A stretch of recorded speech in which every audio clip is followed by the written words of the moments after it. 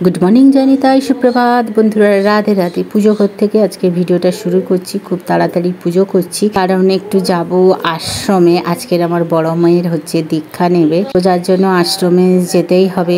9টার সময় পৌঁছাতে বলেছে। সবকিছু গুছিয়ে মুছে তারপরে যাব। এই যে এখন নিচে চলে এসেছি, ওদেরকে বললাম যে যা রেডি হয়ে নে। পরাপর সবাই স্নান হয়ে গেছে। মেয়ে ছোট মেয়ে সুইমিং এ গেছিল, আসার পরে ও তো স্নান করে আসে, দুবার আবার স্নান করতে হয় কারণ ওখানে ক্লোরিন জল থাকে, তো যার জন্য আবার দুবার স্নান করাতে হয় ওকে শ্যাম্পু ফ্যাম্পু করে।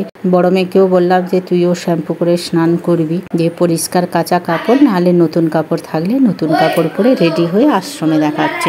এই যে তোমাদের সাথে চলে এলাম, সব বাজার ফাজার করে নিয়ে চলেছি। বেশি বাজার থাকে না, ফুল থাকে, ফুলের মালা 3টে থাকে আর 5 রকমের ফলের মধ্যে একটা হচ্ছে মাস্ট হচ্ছে নারকেল থাকে, আর একটু মিষ্টি নিয়ে এসি। নিয়ে এখন আশ্রমে চলে এসেছি। এই যে আমার দিদির বৌমাও আছে, ও বি দীক্ষা নেবে আর আমার বড় মেয়েও দীক্ষা নেবে। ছোট মেয়েও বললো যে আমি যাব মা, তো এসে ও শুধু এখানে ভোগ খাওয়ার জন্যই আসে আর আমার গুরুদেবের পিছনে লাগে বলে তাই আসে। আর এখন আমি দেখো ফোন করছি, মা বারবার ফোন করছে। মা বললো আমার জন্য একটা জপের মালা আনবি, তুলসী মালা 2টো আনবি। গুরুদেবকে আমি মেসেজ করে দিয়েছি। তো মার জপের মালাটা বোধহয় কাঠিগুলো বেরিয়ে যাচ্ছে তাই। আর কত সুন্দর দেখো, এখানে শিব মন্দির আছে। এখানে সবাই বাইরের লোক পুজো করতে আসে, মন্দিরে তো পুজোই হয়। আর এই যে মাধবদা আমাদের খুব ভালোবাসে। আর এখন এরা সবাই বসে আছে, আরও অনেকে আছি, আর 5-6 জন একসঙ্গে দীক্ষা নেবে। আর তোমাদের আশ্রমটা ঘুরে ঘুরে দেখাচ্ছি। দেখো কি সুন্দর আমাদের চৈতন্য মহাপ্রভু। এটা হচ্ছে রাধাকৃষ্ণের মূর্তি আছে, কোষ্ঠী পাথরের মূর্তি, খুব সুন্দর। কত গোপাল এখানে আছে আর খুবই ভালো লাগে, মনটা বেশ ভালো লাগে আশ্রমে আসলে। আগে তো প্রচুর আসতাম, এখন দূরে বাড়ি হয়ে গেছে না, আর আসতে পারি না। সংসারের চাপে, বাচ্চা কাচ্চা পড়াশোনাতে এখন আসতে পারি না। আর আসলে না আমার যেতে ইচ্ছে করে না। আর কি সুন্দর আমাদের গৌর নিতাইকে সাজানো আছে। যখন কোনো মানে তিথিতে না কি সুন্দর করে সাজায়, এত সুন্দর লাগে। আমারও খুব ইচ্ছা আছে ছোট করে একটা পিতলের গৌর নিতাই আর জানি না কবে ভগবান দিন দেবে তবে। আর এদিকে আছে আমাদের নীলাচলের প্রভু হচ্ছে জগন্নাথ প্রভু, বলরাম আছে, সুভদ্রা মা আছে, 3 জনের মূর্তি আছে। সত্যি তোমাদের দেখে কেমন লাগলো বলো আশ্রমটা? এটা সবচেয়ে শান্তির জায়গা হচ্ছে এই আশ্রম মনে হয় আমার। দিশাতে যারা আসে না তারা এখানে গাড়িও পার্কিং করে, এখানে এসে এই স্ল্যাপের মানে চাতালে শুয়ে পড়ে, সবাই রেস্ট করে, ঠান্ডা হয়, মনে শান্তি। এরাও সবাই দীক্ষা নেবে, এরা তো নতুন বস্ত্র নিয়ে এসছে। আর এখন তিলক টানা হচ্ছে, সবাই তিলক টানবে। আর সবার তিলক হয়ে গেছে, আমার মেয়ের তিলকটা বাকি আছে আর হচ্ছে আমার দিদির বৌমার তিলকটা বাকি আছে। আর খুব সুন্দর করে তিলক লাগাচ্ছে। তিলক লাগালে না একটা সত্যি মনটা শান্তি হয়। তুমি দীক্ষা না নিয়েও তুলসী মালা পরতে পারো, তুমি দীক্ষা না নিয়েও তিলক লাগাতে পারো। যেমন হচ্ছে তোমার চন্দন যেমন মাহাত্ম্য আছে, তিলকেরও তেমন একটা গুণ আছে, মাহাত্ম্য আছে। তোমরা জানো, যারা দীক্ষিত বা তারা সবাই জানে। এখন তো ইন্টারনেটে সব কিছু বলে দেয় যে তিলক লাগালে না মুখের একটা সুন্দর লাগে দেখতে, মনটা বেশ শান্তি শান্তি হয়। কিন্তু ছোট থেকে আমার ঠাকুমা যখন লাগাতো, পিসিমণি আর আসতে লাগাতো না, তখন আমি কিন্তু তিলক লাগাতাম, খুব সুন্দর লাগতো, বেশ মনটা শান্তি। এখন তো আমি সব সময় তিলক লাগাই, আমার বেশ ভালোই লাগে। লোক অনেকে বলে তোমার লজ্জা লাগে না, খারাপ লাগে না, তুমি একটা ছোট্ট বাচ্চা মেয়ে হয়ে তুমি প্রথম যখন আমি দীক্ষা নিয়ে লাগাতাম তখন এরকম বলতো আমাদের, খারাপ লজ্জা লাগে লাগালে, কি বলবে? আরে কি লাগাবে, সবাই ভালো লাগে। গলায় তুলসী মালা বলে, তুমি সোনা দানা কিছুই পরো না। আমি বলি না, গলায় তুলসী মালাটাই সবচেয়ে, ওইটাই আমার সবচেয়ে মূল্যবান সোনা, হীরার চেয়েও মূল্যবান। শালা মরার সময় তো কিছুই দেবে না, গোটে তুলসী পাতা চোখে দিয়েই মৃত্যু দেবে, তাহলে এত সোনা দানা পরে লাভটা বাকি। যখন বিয়ের সময় পড়েছি, যখন ইয়ং বয়স ছিল পড়েছি, আবার এই যে আমার মেয়ের হয়ে গেছে। এবারে আমার দিদির ছোট বৌমা লাগাচ্ছে, ওরও দীক্ষা আছে। ওকেও না লাগালে বেশ মানে গুটার মতন লাগে, মানে দেখতে সুন্দর লাগে। তো এও দীক্ষা না নিয়েও কখনো আমার পাল্লায় পড়ে তিলক ফিলক লাগাতো, বেশ ভালোই লাগে, বেশ মনটা শান্তি শান্তি হয়। আর আগে না আমি বলছি না, আগে আমি খুব আশ্রমে আসতাম, তখন কি হতো বড়মশাই বাইরে চাকরি করতো, এত তখন খাওয়া দাওয়া টেনশন এত ছিল না। বাচ্চাদেরকে একটু নিরামিষ ভাত করতাম, গোপালের ভোগ দিতাম, শান্তিতে সবাই খেয়ে নিতাম। তখন বাচ্চারা ছোট ছিল, এত পড়ার চাপও ছিল না, টিউশন ফিউশন কেউ যেত না, আর বাড়িতেই সব পড়াশোনা করতো। এখন মেয়ে কলেজে যায়। যে দুজনকে কেমন লাগছে কমেন্ট করে অবশ্যই জানাবে। যারা দীক্ষা নিতে চাও তারা চলে আসবে, এখানে যোগাযোগ করো, অল্প খরচেই দীক্ষা হয়ে যায়। 1 লাখ টাকাও লাগে না, অনেক কিছু লাগে না। এই যে ঘরটাই হচ্ছে দীক্ষা, এখন দীক্ষা শুরু হয়ে গেছে। বয়স্ক লোকেরা ছিল, ওদেরকে বললাম যে তোমরা আগে দীক্ষা নিয়ে নাও, তারপরে এরা নেবে। এখন দীক্ষা কমপ্লিট হয়ে গেছে, এখন আমরা সবাই এসে এখানে ভোগ খাচ্ছি। মিষ্টি দিয়েছে, খিচুড়ি দিয়েছে, খাওয়া দাওয়া কমপ্লিট দিয়ে এখন আমরা সবাই মিলে একটা ফটো তুলে নিলাম। এবারে যাব মেয়েকে কলেজে নিয়ে যাব। দিদির বৌমাকে ওকে অটোতে তুলে দিয়েছে, বলছে তুমি একা যেতে পারবে? বলে হ্যাঁ মাসি আমি চলে যাব, তোমরা কলেজে চলে যাও। এখন আমরা ব্যারাকপুর দিয়ে হয়ে ওখানে কলেজে চলে যাচ্ছি মেয়েকে ছেড়ে। আমি আর ছোট মেয়ে বাড়ি চলে আসবো। আকাশটা দেখেছো কি দারুণ, আমার মেয়ে কি নেশা আকাশের ভিডিও তোলা। তারপরে বাড়ি এসে চলে এসেছি, এসে এই যে রান্নাবান্না বসিয়ে দিয়েছি। নিরামিষ কোপ্তা করে, কাঁচকলার কোপ্তা করে, তারপরে পনির দিয়ে এটা কোপ্তা কারি বানাবো।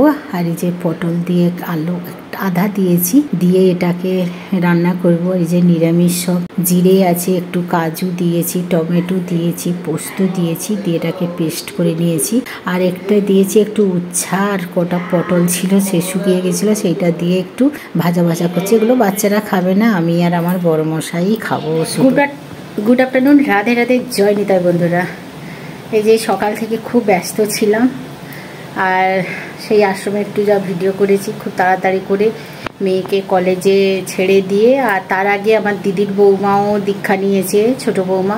ওকে আগে প্রসাদ খাইয়ে, মানে বালক ভোগ খাইয়ে ওকে অটোতে তুলে দিয়েছিলাম। তারপরে আমি মেয়েকে কলেজে ছেড়ে দিয়ে আমি আর ছোট মেয়ে গঙ্গার পাশ দিয়ে এসে আর্জেন্টিনা হাউসে চা পা খেয়ে বাড়ি এসে এখন রান্নাবান্না করবো। 12টা 10 হয়ে গেছে। হন্তসন্ত হাত পা ধুয়ে এখন বসতেও সময় পাচ্ছি না। একটু রান্না বসিয়ে দিয়ে, একটু মানে ঝোল তরকারিটা বসিয়ে দিয়ে তারপরে বসবো। আর আগের দিনের একটু কড়ি আছে আর একটু নিরামিষ টক আছে, ওটা আমি খেয়ে নেবো। মানে সবাই নিরামিষই খেয়ে নেবে।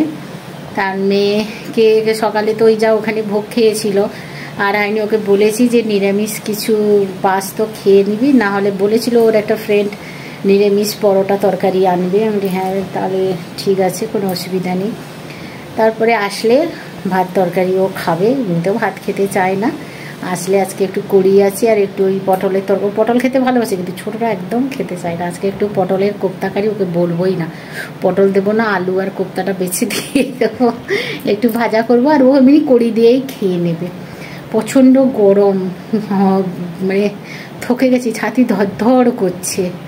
তোমরাও আগে আমি ভিডিও করেছিলাম যে দীক্ষা, হ্যাঁ মাছ মাংস খেলে দীক্ষা নিলেও কোনো অসুবিধা নেই। আজকে আমার ছোটো মেয়ে গুরুদেবকে জিজ্ঞেসে করছে, গুরুদেব বলছে না তুই খেলে পাপ হবে, হাসছে আর বলছে বলে তোমার জন্যই আমি যত করি, এরকম করে বলছে। গুরুদেবের সাথে যেন একদম আটা পুটির মতন লড়াই হয় দুজনের, ছোটো মেয়ের আর ওর। ছোটো মেয়েকে বিচ্ছু বলে ডাকে, খুব বদমাস আমার ছোটো মেয়েটা, গুরুদেবের সাথে খুবই বদমাশি করে। তো দীক্ষা নিয়েছে, আমার বড় মেয়ে খুব রেসপেক্ট করে। যেদিনকে বলে প্রথম যখন আমি দীক্ষা নিয়েছিলাম এরকম বলছিল গুরুরা এ হয় সে হয় এরকম বলেছিল। রাত্রিবেলা স্বপ্ন দেখেছে বলে আমাকে গুরুদেব ছুটকাচ্ছে, ওই জন্য ওর কোনোদিন আর বদনাম করে না, কিচ্ছু বলে না। বলে না গুরুদেব ভালো, বেশ প্রশংসা করে। দেখো যে ভালো গুরু পাওয়া যায়, কিন্তু সদ্গুরু পাওয়া যায় না। চলো আমার গুরুদেব খুবই ভালো, সারা জীবন এরকম ভালোই থাকুক। আর তোমরা যারা দীক্ষা নিতে চাও, ঘুষিপাড়া জয়ের মন্দির মানে নিউ দিশা আই হসপিটালের পাশে তোমরা এসে যোগাযোগ করতে পারো। একদম বেশি খরচাও নয়, একদম সিম্পলভাবে তোমরা দীক্ষা নেবে। আর গলায় তুলসী মালাও পরতে পারো, তো খুবই ভালো, পড়লে খুবই শান্তি পাওয়া যায়। অনেক সাইড ইফেক্ট আছেও, কারণ আছে কেন পড়ে সব তোমরা নেটে খুঁজলেই বলে দেবে সব, এখনকার যা নেটের যুগ।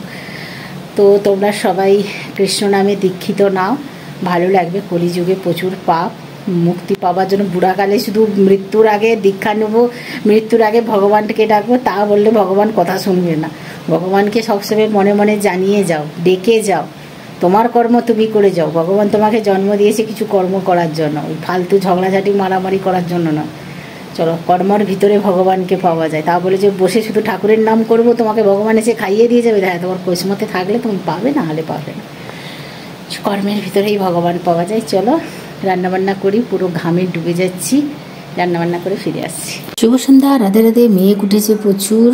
এখন বাজে কটা বলো তো, 4:30 মতন হয়েছে। মেয়ে কলেজ থেকে আসলো আর এখানে জামা কাপড়গুলো তুলতে এসেছিলাম, মেঘ উঠেছে বলে। এখন দেখো এই জন্য একটু ভিডিও করে নিলাম, মেয়ের সঙ্গে কথা বললাম। নিচে আসতে আসতেই বৃষ্টি শুরু হয়ে গেছে, এখন হালকা বৃষ্টি পড়ছে। এরপরে মেঘটা কেটে গেছে, এই যে ঝড় বৃষ্টি শুরু হয়ে গেছে। কিন্তু এত বৃষ্টি হচ্ছে তাও কিন্তু গরম কমছে না। ফ্যান বন্ধ করে দিলেই কি গরম। এখন রাতে ডিনার বানাতে চলেছি। এটা কি বলে তো, ঘিতে না ম্যাগিটাকে হালকা আমরা গুঁড়া করে ভেজে নিই। আর এই যে টমেটো, শসা আছে, কাঁচা লঙ্কা আছে, সব দিয়ে এটাকে মাখাবো। আর একটু পপকর্ন ভাজা করেছি 2 মেয়ের জন্য। ম্যাগি মশলা, বাদাম ভাজা দিয়ে সুন্দর করে এটাকে না চাটের মতন বানাবো। আলু সেদ্ধ দিলেও হয়, আর রাতে আলু সেদ্ধ দিলাম না। আর এই যে সবার জন্য মাখিয়ে নিয়েছি। বড়মশাই খাবে না, বড়মশাই এগুলো পছন্দ করে না। ছোট মেয়ে, বড় মেয়ে আর আমার জন্য পপকর্নটা ওদের জন্যই করে দিলাম।